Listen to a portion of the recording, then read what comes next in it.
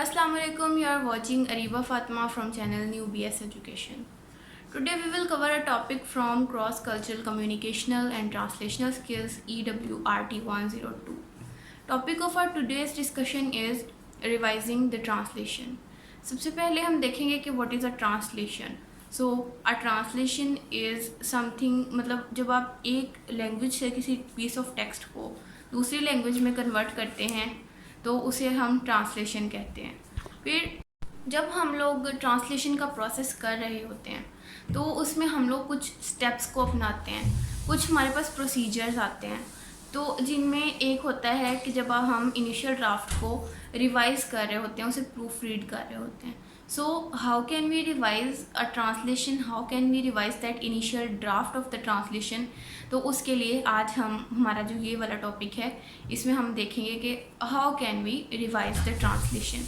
सो basically revising की पहले तो रिवीजन की अहमियत जो है उसके बारे में मैं उसकी इम्पोर्टेंस के बारे में थोड़ा सा बताती चलूँ कि रिवाइजिंग जो है revision of something, revision of a translation process, ये क्यों ज़रूरी होती है।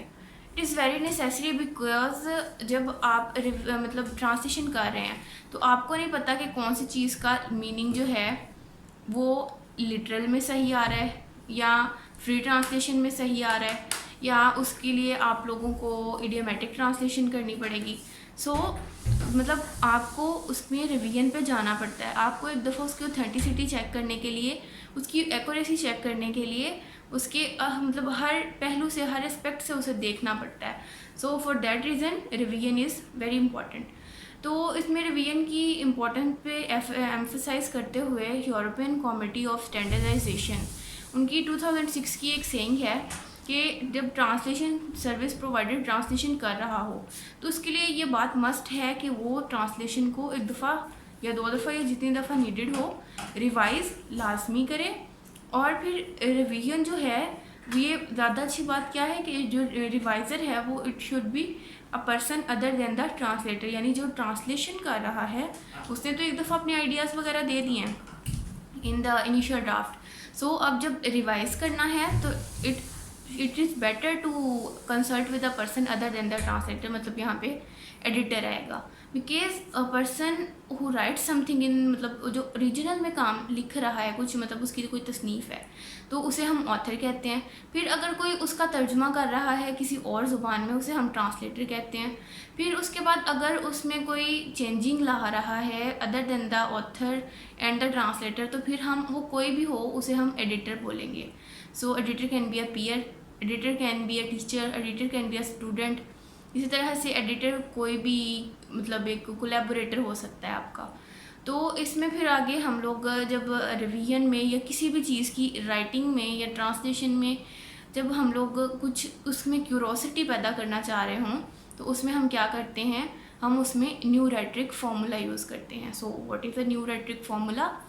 ये किसी भी चीज़ को आम से अल्फाज, सादा अल्फाज का इस्तेमाल करते हुए जब हम क्यूरियस बनाते हैं ना तो उस मतलब एक राइटिंग स्टाइल है, इसे हम कहते हैं न्यू रेट्रिक फार्मूला। इसमें बजाते खुद देखा जाए तो किया क्या जाता है, जस्ट अल्फाज इस्तेमाल किए जाते हैं क्वेश्चन वर्ड्स जो होते हैं, जैसे what, when, why, where, how, ये वाले वर्ड्स यूज़ करते हुए हम क्या करते हैं, हम अपनी चीज़ को क्यूरियस बना देते हैं। अब क्यूरोसिटी क्यों ज़रूरी होती है, इसके लिए एग्जांपल मैं दूंगी कि एक दफ़ा एक लड़का मतलब शख्स था, वो अपनी बाइक मतलब पुल पे जा रहा था और बाइक साइड पे खड़ी करके ना तो वो दरिया के अंदर कुछ देखने लग गया। तो वो इतनी क्यूरोसिटी से कुछ देख रहा था कि वो एक पास से गुजरने वाला एक और शख्स जो था वो भी अपनी बाइक खड़ी करके और वो देखना शुरू हो गया। फिर इसके बाद इस तरह से उनको देखते हुए बहुत सारे मतलब वहाँ पे मजमा लग गया और भीड़ बहुत ज़्यादा जमा हो गई, पर किसी को भी नहीं पता था कि असल में देखा क्या जा रहा है। तो आखिरकार किसी ने हौसला करके ये पूछ ही लिया वो पहले वाले इंसान से कि आखिर भाई तुम क्या देख रहे हो। तो उसने कहा कि मैं भी कुछ ढूंढने की कोशिश कर रहा हूँ पर अभी तक मुझे भी कुछ नहीं मिला कि जिसे मैं देख सकूँ। So we are very curious people. हमारे दिमागों में जो तजस्सुस है ना ये अखीर का होता है। तो उसके लिए ये जो सब कॉन्टिनेंटल कल्चर है ना, इसमें ये न्यू रेट्रिक फार्मूला है ये काफ़ी हद तक और एप्लीकेबल भी है और कामयाब भी है। So for this reason we can use this new rhetoric formula. अब हम चलते हैं रिवीजन की टाइप्स पे और ये किस किस एस्पेक्ट में हो सकती है उस पर। So there are basically 4 types, जिन्हें हम 5 कह सकते हैं बट 4 ही हैं, इनमें एक की फिर आगे 2 टाइप्स आ जाती हैं। So the first one is जहाँ पे जो आपका टेक्स्ट है जिसे आप रिवाइज़ करने वाले हैं वो बेसिकली आपकी ट्रांसलेशन होगी, और जो उसे रिवाइज करेगा वो ट्रांसलेटर बजाते खुद होगा। So the text to be revised is a translation and the author and the reviser is the translator himself. यहाँ पे क्या होगा कि जब जो ट्रांसलेटर है जिसने ट्रांसलेट किया है वो खुद ही एक दफ़ा जब रिवाइज़ करेगा अपने इनिशियल ड्राफ्ट को तो वो इस कैटेगरी में आ जाएगा।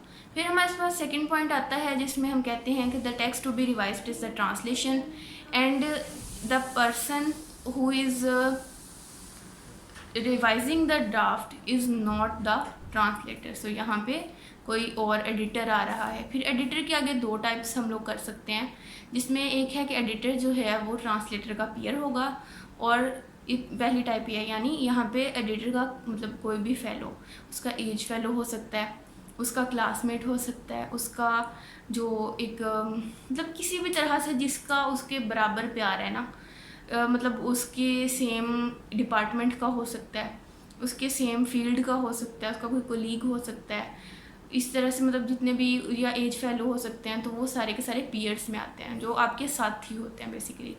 फिर इस तरह से इसी का जो सेकंड पॉइंट का सेकंड सब हेडिंग ये सब पॉइंट बनेगा, इट इज़ के जो टेक्स्ट टू बी रिवाइज्ड है वो गेन ट्रांसलेशन ही है but the editor is not the peer, here the editor is someone other than the peer. मतलब पीयर है जो आपके बराबर का या आपका साथी है, और पीयर के अलावा फिर उसमें आपके टीचर्स आ जाएंगे, आपके स्टूडेंट्स आ सकते हैं, इसमें कोई भी कोलैबोरेटर आ सकता है, गूगल ट्रांसलेटर आ सकता है।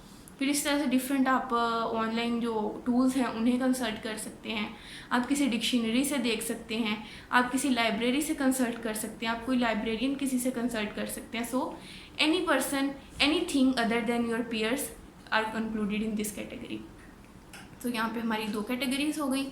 फिर थर्ड पॉइंट हमारे पास आ जाता है जब the text to be revised is a translation but the reviser is the author of the text. Author कौन है? जिसने ओरिजिनल टेक्स्ट लिखा था। अब जिसने ओरिजिनल टेक्स्ट लिखा था वो क्या कर रहा है, अपने ओरिजिनल टेक्स्ट की ट्रांसलेशन की रिवीजन कर रहा है कि आया मैंने जो लिखा था ये एज इट इज़ आइडिया सही ट्रांसफ़र हुआ है, मीनिंग्स सही ट्रांसफ़र हुए हैं या नहीं, या यहाँ पे कोई चेंजिंग बनती है या ये बिल्कुल सही है। तो यहाँ पे रिवाइज़र कौन होगा? जिसने ओरिजिनल टेक्स्ट लिखा था यानी कि ऑथर। फिर हमारे पास फोर्थ पॉइंट आ जाता है which is the text to be revised is not a translation and the reviser is the author of the text. अब यहाँ पे फिर इसके 2 केसेस बनेंगे। केस 1 इज़ कि text to be revise is not a translation, मतलब यहाँ पे ओरिजिनल टेक्स्ट है। ओरिजिनल टेक्स्ट कौन सा हो सकता है? मतलब यहाँ पे अब केसेस 2 बनेंगे। या तो जब ऑथर ने अभी ओरिजिनल टेक्स्ट पहली दफ़ा लिख रहा है तब भी तो आखिर जब वो ड्राफ्टिंग कर रहा है तो उसे रिवीजन की लाजमी ज़रूरत पड़ेगी, तो तब वो अगर वहाँ पे रिवीजन कर रहा है, एक केस वो बनेगा।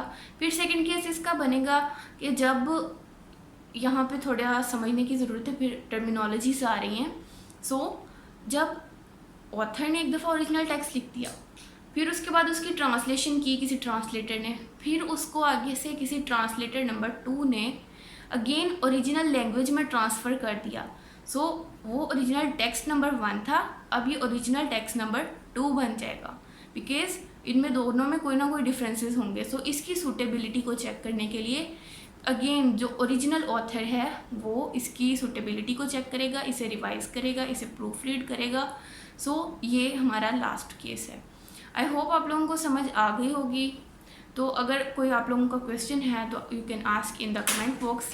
If you like my video please like it, share it with your fellows and subscribe to my channel. अल्लाह हाफिज़।